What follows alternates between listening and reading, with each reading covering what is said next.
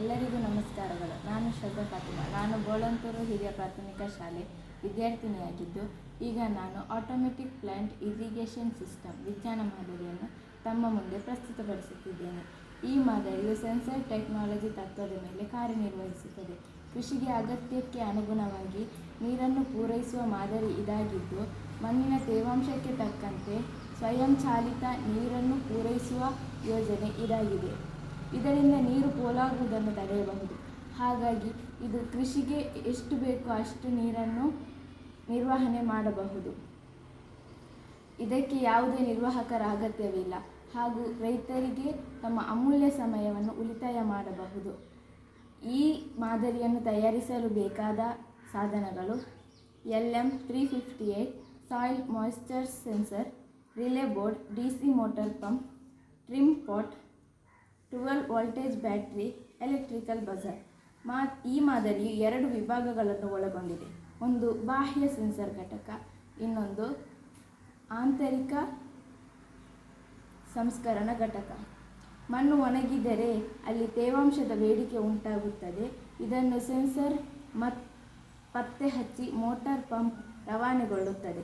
ಮಣ್ಣಿನ ತೇವಾಂಶವು ನಿರ್ದಿಷ್ಟ ಹಂತ ತಲುಪಿದ ಕೂಡಲೇ ಸೆನ್ಸರ್ ಅದನ್ನು ಪತ್ತೆ ಹಚ್ಚಿ ಮೋಟಾರ್ ಪಂಪನ್ನು ಆಫ್ ಮಾಡುತ್ತದೆ. ಈ ರೀತಿಯಾಗಿ ಈ ಮಾದರಿಯನ್ನು ಕಾರ್ಯನಿರ್ವಹಿಸುತ್ತದೆ.